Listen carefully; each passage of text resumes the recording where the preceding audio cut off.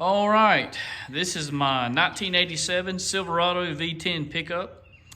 I've had this truck since 2007. I purchased it from a guy that worked with my dad for 30 plus years, and they retired out the same place together. And he bought the truck in '89, so I know the history very well back until '89, and it was locally owned before him. I got one owner before him. So currently has 68,000 miles on it. I bought it in 2007 with 63,000 miles. Original paint truck. Truck's pretty much all original. The only thing not original on the truck is the dual exhaust on it and the tires it's sitting on. That's it.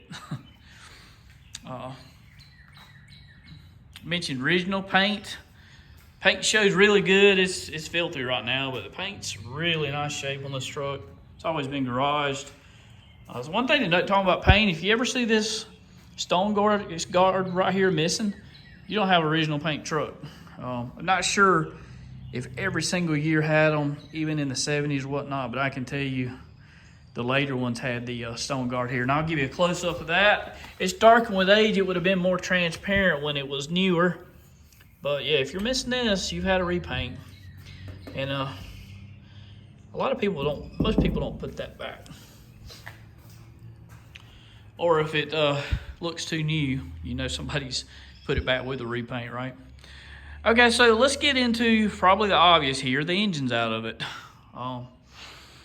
So the guy I bought it from took very good care of this truck. He even had a book that he documented every tank of gas that he filled up with the truck and how many miles it got, and when he flipped to the auxiliary tank on it, and how many miles that tank got from 1989 until he bought a newer truck in 2001. I have the book that's got every single tank of gas and what he was doing when he was, if he pulled his pontoon, it says pulled pontoon, blah, blah, blah, to XYZ.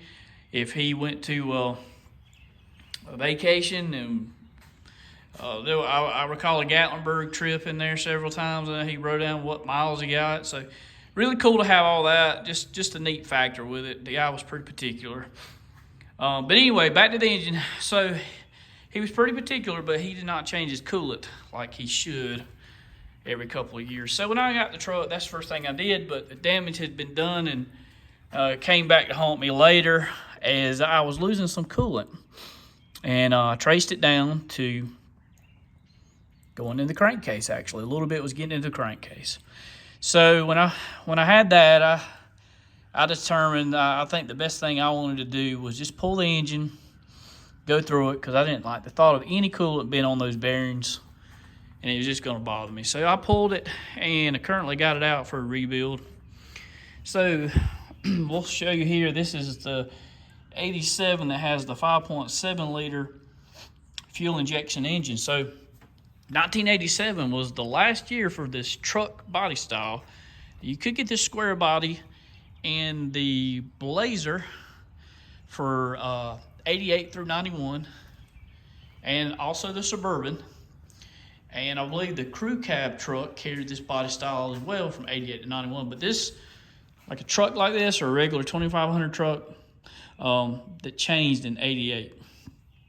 So this was the only year that you could get fuel injection in this truck. So this one does have the 5.7 fuel injection, and we'll cover a couple of the options. So it is a Silverado, the 350 fuel injection, even down to the small options here. Did come with the hood ornament. A lot of them don't have that. The bumper guards came on it. Silverado package, obviously. It's got power windows and locks. Sliding rear glass, that was something to note back in those days. It does have the dual tank option, 16-gallon tanks on either side. AM/FM cassette radio. Let's see, it's got a 4-speed automatic. It's got 342 rear end in it. It did not have the quad shocks. You could have an option to have dual shocks on either side. This one did not have that. I wish it did. That's a pretty cool feature. This was probably dealer installed. I'm pretty sure the dealer always put these on, but it does have the GM bed rails. Not a huge fan of them, but it does kind of fit the square body lines on it. And man, it just goes with the truck. You was so used to seeing these with them, I've just left them on it. Because again, one thing is I'm not looking to repaint this truck, and I have to fill those holes and do it right and fill from the backside also. And there's just no getting into that, so it's staying as is. So this truck is in really, really great shape. No dents or dings anywhere, never been in a wreck. Let's see if I can show you a little of the frame, just how clean this thing is. All right, like you can see there fairly good. There we go. And what you're seeing now is pretty indicative of what you'll find everywhere on this truck. Just never in the mud. The guy says never even been in the snow when he had it. Just always a well-kept, garaged South Carolina truck, low miles. Even the bed on this truck is like absolutely new. He said he never hauled anything in this truck. No dents or dings anywhere. It's really, really great shape. So just to continue on the walk around here, here's some parts and pieces that I have off right now, accessories. Off the engine, I'll show you some of the refinishing I've done. Close look at the manifolds here. Cleaned these up, media blasted, and gave them a good coat of POR 15. Even went and got all new hardware for them. Even the heat stove. I took the old one off, bought a new heat stove, popped these rivets off, put the new one on, put the rivets on, and then you have to spot weld this back piece to it to do it correctly. That was how it's done from the factory. So went to that extent. So everything's gonna look nice and fresh under there with a little bit of this detail work. Like things like on the radiator, fan shroud, these was a bit rusty looking, so I put new ones on there. Just freshen everything up. Alternator, did clean up the alternator. Had this stamp there originally, C1. That media blasted off when I cleaned it up. So what I did is went to Staples, took them a picture of the font, and we matched it up, the size and the look of the font. And I had them to make me a stamp to read Charlie 1 and stamped it right back there. So it's right back how it was originally. Came out really, really nice. The smog pump here, went to the same detail level with it. Cleaned it up really nice. Radiator here, I'll mention the coolant system wasn't in a great shape.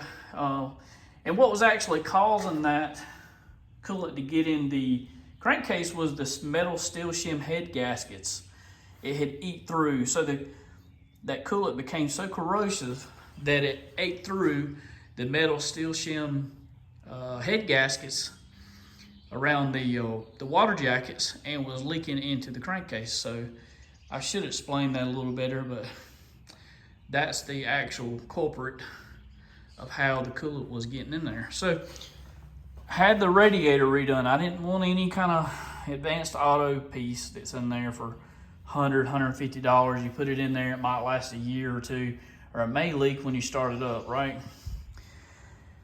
So this is the original Harrison radiator with the copper tanks here.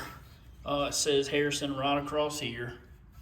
So what I did was I looked online at the best guy that was recommended to recore radiators. Not many people do it. I couldn't hardly find anybody locally anyway, and this guy was really recommended on the NCRS, National Corvette Restoration Society, that restores 50s, 60s, 70s Corvette radiators for people who want to keep them original. So I sent him the original Harrison radiator and the Harrison heater core out of this truck. Had them both recorded with a Made in USA core. So he popped these copper tanks off, put a Made in USA core on there. So I was able to keep all the details, like even the trim tag here. So he tanked it, leak checked it, Painted it all up. Came out really nice. Well worth the money. That should last 30 plus years, just like the original did. Did the same thing on the heater core. I still have some of that mess out here right now. So we'll go ahead and look inside. Get you a picture of the mileage. And you know, actually that says 69,000. I thought it was 68, so stand corrected. 69,825 miles. The dash pad is cracked. It was cracked like that when I got it in 2007. I have an original GM dash pad that I bought years ago and I haven't put it on yet. I still have this pulled out where I replaced the heater core. I got to put that back. Still rocking the original radio, thank goodness. Nobody's taking it out and cut the dash up like a lot of the kids do that ruin vehicles. There's your dual tank switch there. But overall, the interior's in pretty good shape. Be all original.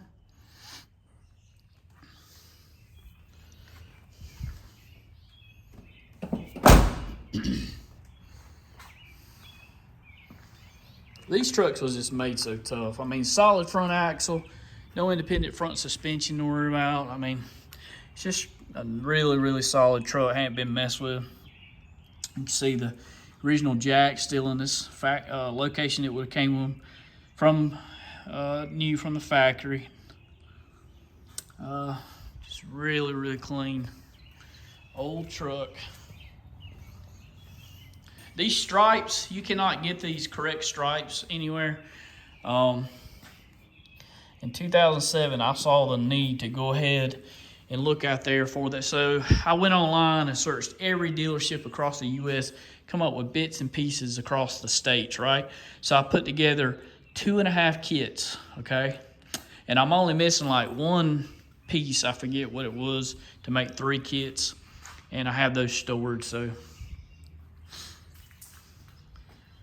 should be good to go if I ever do a full restoration. If I want to put a correct GM stripe on there. Because there's a lot of people out there that's tried to replicate it, but all this turned down right here and all this is never correct. Pay attention to the trucks you see out there. See if it looks like this. If it's had a repaint, I bet it doesn't. The stripe is impossible to get.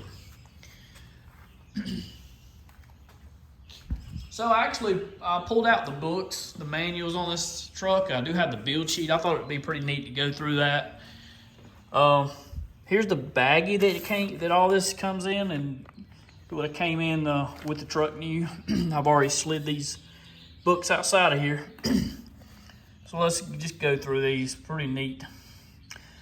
So pamphlet there. Maintenance schedule, 1987. The actual main manual here. Uniroyal tires, which was what all these trucks came with new.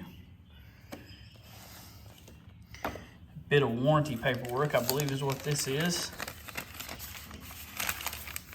Yeah, pretty cool. Pretty nice to have all this stuff with it.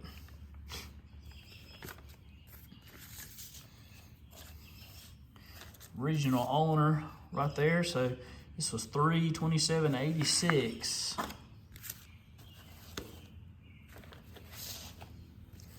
And we're getting down to the build sheet. Don't have a window sticker here. I'm sure it had a window sticker in 87. Don't have that. Do have the build sheet. Same thing, right? So cover a little bit of the options it had here, or at least the major ones. 87 fleet side, Lima Delta Delta 1 blue on blue. Sliding rear glass, 5.7 fuel injection, tinted glass, colored floor mats. It still has the original floor mats in there. Air conditioning, 342 ratio. A lot of them had 307 gears in them. Cruise control, 4-speed overdrive, auxiliary fuel tank, the rally wheels, 8-inch, 15-inch, 15 by 8 rally wheels. Let's see, AM/FM stereo, chrome step bumper, locking hubs, that's the front, 3110 tires. And if this had a second page to it, I do not have it, but maybe that's everything, not 100%. It's cool to have all that, and like I said, the little detailed book the guy kept on everything he had done to it. I have that inside. It's just a little flip notepad. But really, really proud to own this truck. I haven't ever come across one that's nicer. Now I know I have the engine out, the hood sitting on top of the cab here, but the only one really nicer than this one that I know of is a black one that one of the Classic Industries had. It was basically a brand new truck. It still had wrapper in it. And then I saw a couple others. I know Dennis Collins had a nice 78 K5 Blazer recently, but they ended up repainting it, and it had been in a wreck before. It was silver and black, really pretty Blazer. Had a 400 small block, really nice square body Blazer. It was really nice too, but it didn't touch the originality of this one. That's original paint on this thing. So it's just a super nice truck. One that we'll be keeping forever. So trying to think what I am missing here. Anything to tell you about it? The fuel injection badge here, you only find that in 87 on a truck.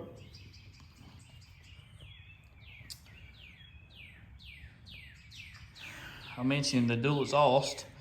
It's a Flowmaster Super 44s. It does sound good, but I wish they had just left it alone.